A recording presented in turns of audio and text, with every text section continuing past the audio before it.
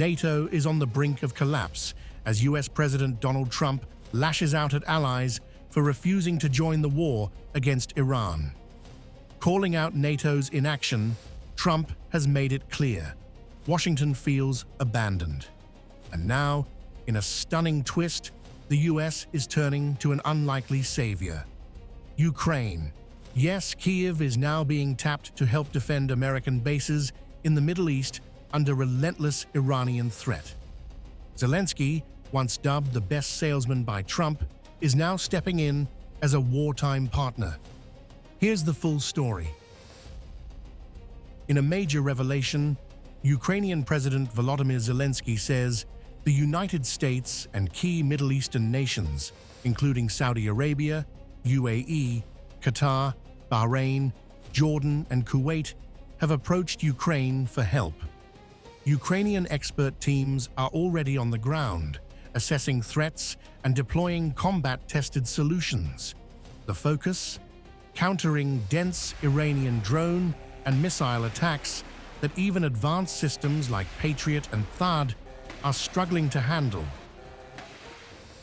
Zelensky has made it clear. This is not charity. Ukraine is ready to sell its systems and battlefield expertise. In return, Kyiv wants critical air defense missiles from the Middle East to strengthen its own war effort.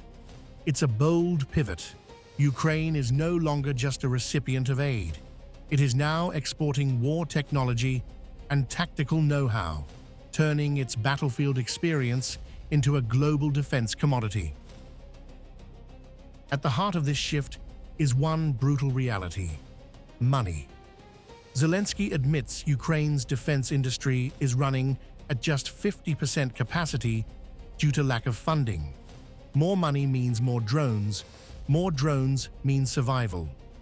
In modern warfare, it's no longer just tanks and troops. It's drone economies and industrial scale that decide who wins and who collapses. Now comes the Trump bombshell. In a furious statement, the US president declared that NATO nations have done absolutely nothing to help against Iran. Trump went further, saying the United States needs nothing from NATO, and warning the world to never forget this moment. Thank you very much for the opportunity. Good afternoon, Mr. Rutte. President Trump is calling your organization an organization of cowards. You're not responding to that. Is that your strategy to keep the Americans on board? Well, let me be clear. As Secretary General, of course, the alliance is very dear to me, otherwise I would not have this role. But as I said before, the United States, under this president, is doing stuff which is quite crucial for the alliance. But then I have to repeat a little bit. It is starting again the dialogue with Russia, breaking that deadlock, getting the peace process going. It is making sure that the whole of the alliance came up to the 2%. I'm again not sure whether we would have reached that at the end of last year without President Trump. And then in The Hague, we agreed on the 5% spending target. It's a direct hit on the alliance, raising serious questions about NATO's relevance in a rapidly expanding Middle East conflict.